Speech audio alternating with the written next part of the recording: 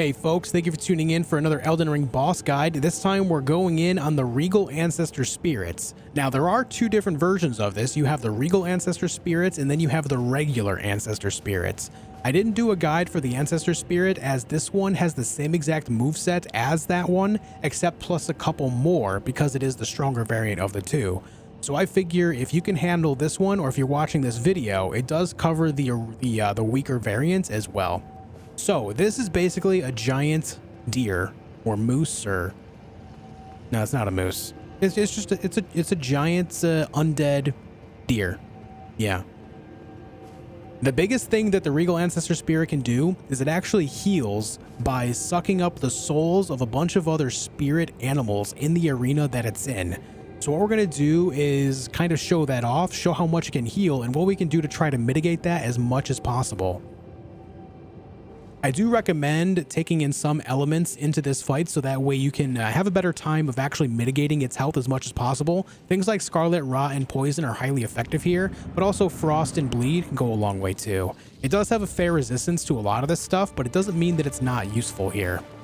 Now this boss you'll see does spray a lot of like blue spirit magic everywhere, as well as has a bunch of hops like this. When it does hop around, you want to make sure that you're just kind of getting out of the way. Don't let it actually slam you. And watch out for the kick with the back legs. Roll it at the last seconds, land your attacks, and then get out of the way. You see how I'm already destroying it health-wise? Okay, now it's teleporting. It will often teleport really far away after a few combos and then do a bit of like a slam and stuff like that. You'll see that it can charge you with its antlers like so. And also do a charged attack with the antlers like that. I just ate hoofs. That's not good. When it does lower its head like that, if you can actually land a couple hits on it, it does a lot of damage. Okay, so you can see here that it just did a whole bunch of healing. It actually steals your health as well at the same time. It just healed up for the majority of its health bar, and it took about half of my health bar away. So you can see there that it can be a little bit annoying if you're not able to mitigate that damage. And that's why I recommend taking in things like Frost and Bleed, so that way you can mitigate as much as possible. Whenever it does teleport, make sure you watch out for the incoming attack, unlike I did there, as it can do a lot of damage. Okay, now it's doing this hind leg jump stuff. Don't let it land on you. It does hurt quite a bit. Just kind of dodge out of the way. You can see that this boss does give you a lot of opportunity to land attacks on it, so there's really no need to highlight it. Just basically counterattack anytime you have a moment to be able to do so.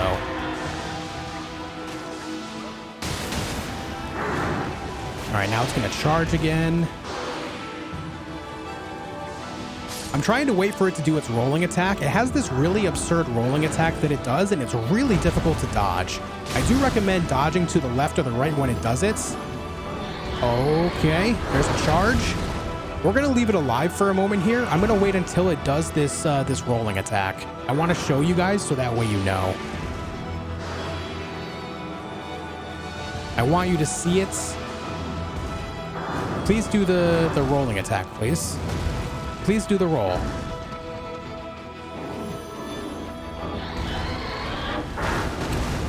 Whenever you see its when its body start glowing, just roll right through it. It's pretty easy to dodge.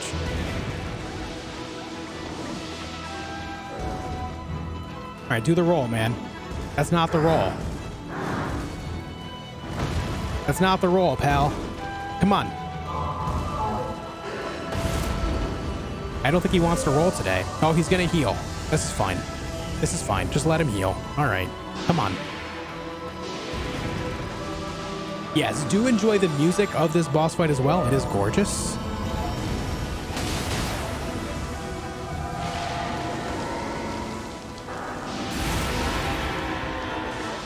Elden RNG here. Please roll. That's not the roll. I need you to roll at me, dude. Oh, you're gonna heal again? That's not very nice. See how I mitigated a lot of its health there just by attacking while it was healing?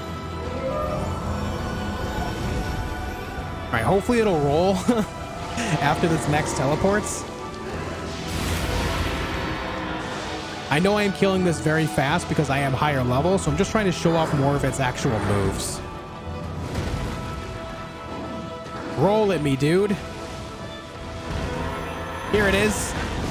You want to dodge to the left or the right with this attack. If you dodge forward or backward, it has a much higher chance of hitting you. It still hit me even though I dodged to the right there, but that's what you want to do. You want to dodge to the side that has the path of least resistance. On that second dodge, I should have absolutely dodged to the left, but I went to the right, so that was my mistake. But now that you've seen that attack, you can understand what to look out for. That rolling attack is definitely the worst thing about this fight. Outside of the healing, of course. Anyways, with that said, let's finish off this fight. Poke its legs. Kill it through the heel. There we go. And there you go. Remembrance of the Regal Ancestor. So that fight can be a little bit annoying based on the healing, but if you can get through it, if you could just mitigate it somehow with some type of status effects, burst damage and damage over time will be your biggest friend there. Things like poison, scarlet rot, frost, and bleed are definitely the big winners here. Even though it does take a while to build up, it is completely worth your time. Anyways, guys, I hope this video helps you. Thank you for tuning in for another guide of Elden Ring. Thank you for liking, commenting, and subscribing, and I'll see you soon for more.